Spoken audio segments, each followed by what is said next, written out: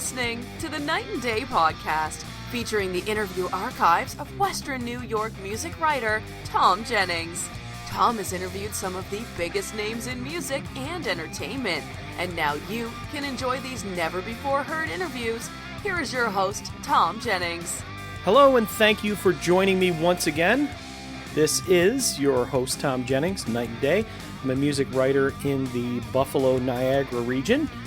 This week I have a quick interview with Butch Vig.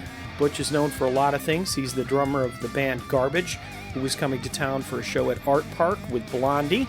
It was a very successful tour. At one point it was a triple bill with Blondie, X, and Garbage. Butch is going to talk about the first time he met Shirley Manson. He'll talk about his production work with Nirvana.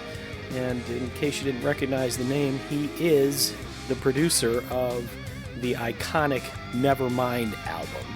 I definitely had a few friends that were excited that I was going to be talking to Butch. I think the interview, even though it's kind of short, it came out pretty well. But without any further ado, a nice short and sweet interview with the legendary Butch Vig. Hey, Thom, you are on with Butch. All right, great. Hey, Butch. Thom. Very nice to chat with you. You're quite an iconic guy in the music world. A lot of my friends were real thrilled I'd be speaking with you today. Oh, well, that's cool, man. Thanks for saying that. I want to start out, and we'll touch on some of your production work and whatnot, but we'll start with Garbage. And I actually interviewed Chris Stein from Blondie, and he had a lot of great things to say about you guys. Kind of wondering, obviously, you and Blondie have some kind of a relationship, but wondering, maybe what type of influence they were on you before you got into the music industry, and what were your thoughts when you heard you guys were going to be touring together? Well, we were over the moon. We heard we could tour together. I mean, I'm a huge Blondie fan. All of us in Garbage are, and Shirley and Debbie Harry have been good friends for many years. So, it's cool to go out and walk on stage and play with, not just with Debbie Harry, but to see Debbie Harry and Exene from X and also Shirley Manson from Garbage are three incredibly iconic female singers in bands, and there aren't that many rock singers and female rock singers out there these days. There's a lot of pop singers or wannabe pop singers, or R&B, or Taylor Swift wannabes, but there's just not that many rockers out there. And Blondie had a lot of amazing, they had a killer run through the 80s and amazing songs, but they had some killer pop songs, but also just some of the rock and roll in those first two records is fantastic. So when you come to the show, you're going to hear a lot of Blondie hits, and you're going to hear a lot of Garbage hits. And I think that's it's for hardcore fans of either band. I think it's going to be a pretty special night. Yeah, it's interesting you mentioned. I don't think we're getting X on this particular show. I know it's you and Blondie. Oh, you're not? Okay, cool. I thought they were on maybe not, but I thought they were doing that run. Yeah, so I suppose you have to edit me out there. Sorry. Sorry, Thom. No worries, man. I was always a big fan of Exene, too. It's nice. I mean, those guys got split up and they got back together, so it was really cool. But, you really touched on a great point, though, about the lack of female rock singers. I think country music's kind of going through the same thing today. And, was there any reservations maybe when you were forming a band to go with a female singer? Was that on your radar, or was it just that Shirley was the right person at the right time? Well, we had decided that we wanted a female singer. I'd been in bands for years, some of them with Duke and Steve, and they were always men. And we just decided it would be cool to work with a female singer. And we had no intention of Garbage being a full-time band. Once Shirley joined us and we made the record, then we went on tour, and then we realized that there was something special going on, between the four of us. And that now it's 20 plus years later, that we have 6 albums and we've done a lot of tour. We've played over 1,000 shows worldwide, and we're working on a new record right now. So we're, for not knowing what we're going to do moving forward, once Shirley joined us, we became Garbage wholeheartedly, and it kind of swallowed us up, but in a good way. Oh yeah, absolutely. I mean, and you've all. It seems like you've all been able to kind of do your own thing as well. So, garbage hasn't been the thing that's sort of been the life suck out of you. Has that been maybe part of the reason that you guys are able to stay together and maybe have avoided some of those tensions where other artists split and have to go do their own thing and don't come back to the mothership, so to speak? Yeah, we're very lucky that we're still here. I think one of the reasons is that we have always shared everything, co-writing, co-producing. We all have equal say in everything, all the business decisions, our artwork. And so it's an equal opportunity band from a variety of angles. I can come in as a musician, I can come in as a songwriter, as an engineer, producer. I could come in and decide what we're going to have for dinner, what kind of wine we're going to drink. Or let somebody else take that, take those decisions in hand. And we've been a very democratic band, and we're also friends. So I think that's one of the reasons that we're still around, that we like each other, but we respect each other, and it's not always easy, but I think now anytime we run into obstacles within the band, we just seem to roll right over them, because life is short, and we just sort of, as Shirley says, it's not a hill I'm going to die on. Just there's too many things to worry about to get caught up in arguing about some trivial thing in a song or whatever it is. So we stay pretty focused on what garbage is, and then we're we have this new book coming out, Oral History on the Band, this summer, and which we're very excited about, and we're also working on a new record, and we have a new single coming out in July too. We're shooting the video for it on Monday. Well, that's fantastic. I'm time short. If I didn't touch on your production work, I'd probably lose 3/4 of my friends. So a couple of quick stuff. Nirvana, Smashing Pumpkins. I don't even know where to begin. You look back over your career, Nevermind, probably the largest selling project that you ever worked on. What was the most gratifying, and was that potentially the most gratifying just because of the success of it all?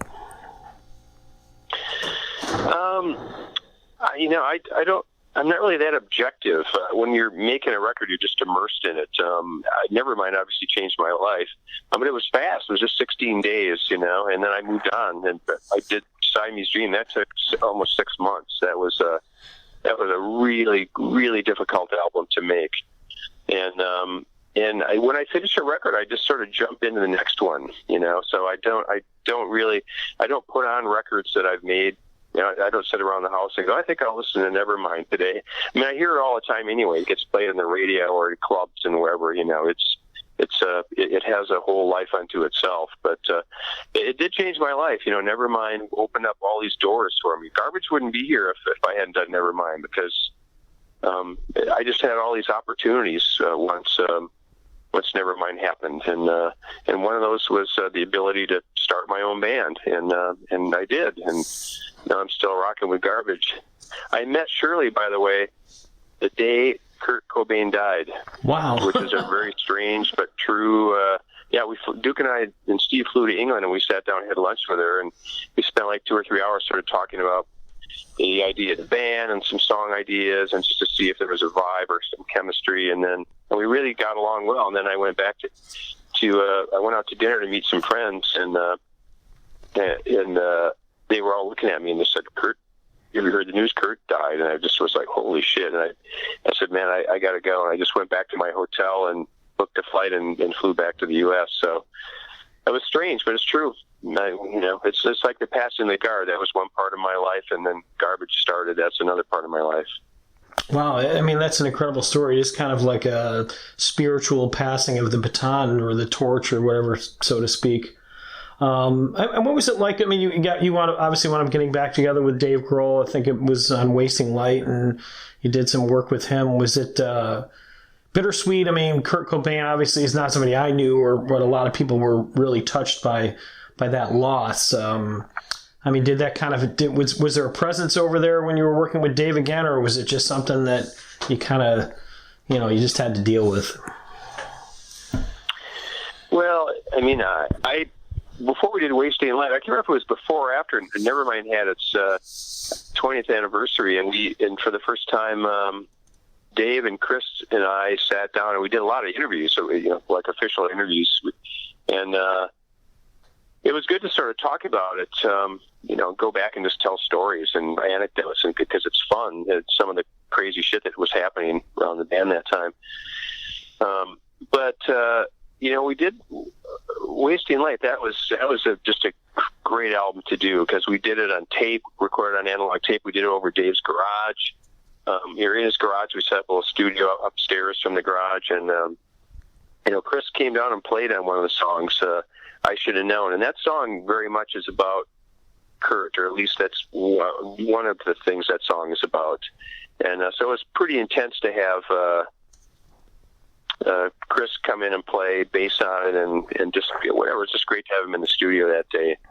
And that record, man, that was so much fun. That was filmed. The whole thing was filmed for a documentary on the Foos, and then that got Dave inspired. Then I worked with him on Sound City and then on Sonic Highways, and both incredibly great experiences. Dave's a good friend of mine. I just love working with him. And those were incredible experiences. Sonic Highways is one of the most interesting and funnest projects I've ever done. It was incredible. Well, I've got time for one more question. I'm going to try to jam it into two questions into one. But, analog, you mentioned analog versus digital.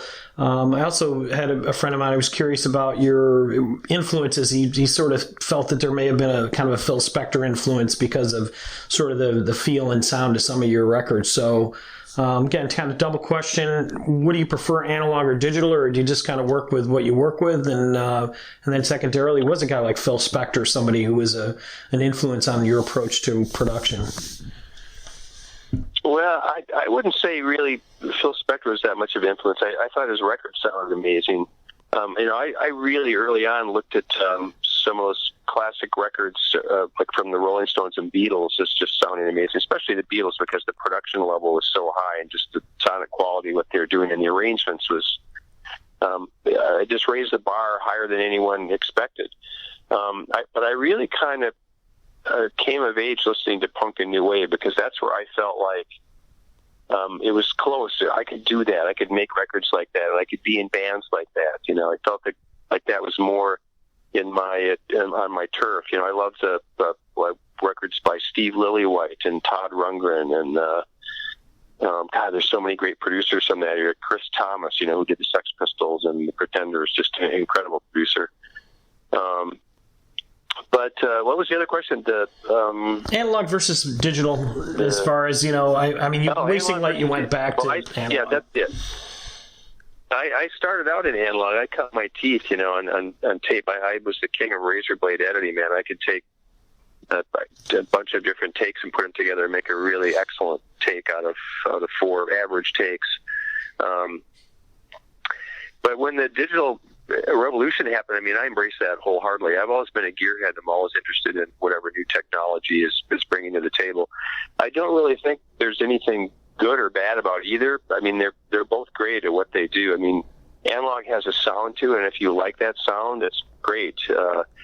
It also requires that if you're sticking to tape entirely, that you have to really get focused on performance, which I kind of like, because everything can be manipulated inside a computer. But one of the things I like about digital is its ability to just cut and paste things. Like you take a section of a song and go, let's put the chorus here.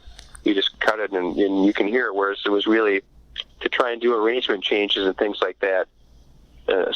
Sonic things in the past and analog was really time consuming, and now you just do it with the hitting your mouse.